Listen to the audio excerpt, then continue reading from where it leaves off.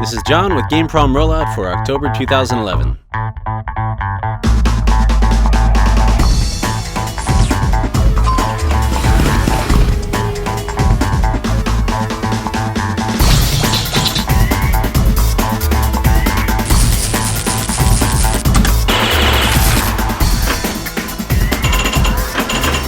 This month, the month of pumpkins, monsters, and tumbling markets sees a bountiful harvest of digital delights. We unleash our feverishly anticipated Vinci Pinball. We'll offer clues on Battle Slugs strategy for those who have none. And we fulfill the next stage in our pact with the devil as CrimsonWorld 2 fires another round of senseless violence into the world. All that plus another peek at what's under development in the few months ahead. Vinci Pinball has arrived, decked out in inventive mechanical wonder, full of color and detail, with mechanisms which soar beyond the limits of traditional pinball. This table features 4 flippers, plenty of missions to complete, and moving parts which free the ball from the confines of the table surface. Let's take a quick look at the first 3 challenges you'll face: the bicycle, the accelerator, and the arbalist. To complete the bicycle mission, simply hit each of the 3 blue lamps at the base of the bicycle mechanism.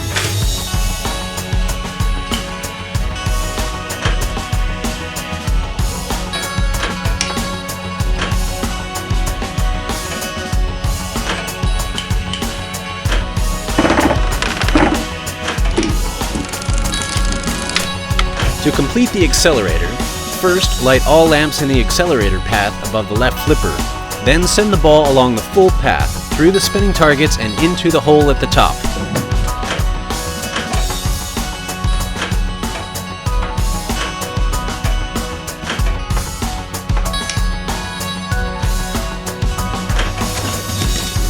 And to complete the arbalist, start by lighting the 2 red lamps near the right pocket just below the right top flipper. Then send the ball into the right pocket to the arbalist minigame. Using the 2 mini flippers there, light all 4 lamps. Then send the ball into the hole at the top.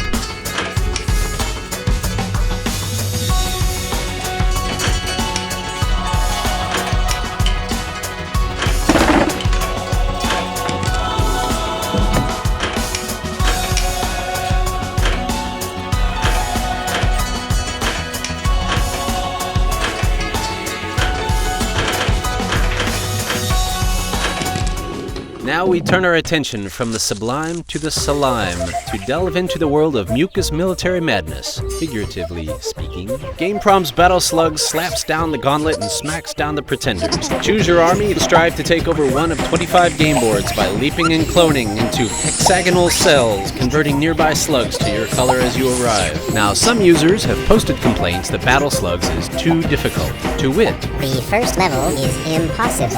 And I'm not a genius, but I'm not an idiot either. I can't get past level 1 on the easy setting. How are children supposed to enjoy a game they can't win? Is this game really impossible to win, even against the easiest level? Not exactly, but admittedly it's not a piece of cake, and I'll show you some strategies now to get you past level 1.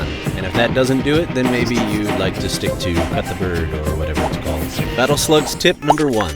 Think ahead. Don't blindly go for the spots which give you the most slugs immediately. Instead, imagine your next possible moves, then imagine how your opponent can respond, and so on. Part of Battle Slug's trickiness lies in its counterintuitiveness. A move which generates more slugs now may be turned against you later. Battle Slugs tip number 2. Leave as few of your slugs as possible in cells which your opponent can land by. Always try to move so that your opponent can affect the fewest of your slugs possible. You may even want to jump instead of cloning for this reason. Getting more slugs now won't help you if your opponent can convert most of them in the next move. Battle Slugs tip number 3. Cloning often tops jumping, but not always. When everything else is equal, cloning a slug is better than jumping because it adds a slug rather than simply moving one. However, sometimes jumping is better. For example, jumping a slug from a cell surrounded by the enemy leaves a hole to jump another slug into and transform all enemy slugs around it. Battle Slugs tip number 4. Seal off unoccupied territory. Some levels have regions which can be blocked from your opponent. Try to seal these off and avoid letting your opponent do the same. In this respect, a human player has an advantage over the computer opponent. A human can play with this general abstract strategy in mind, while a brute force algorithm only looks a certain number of moves ahead.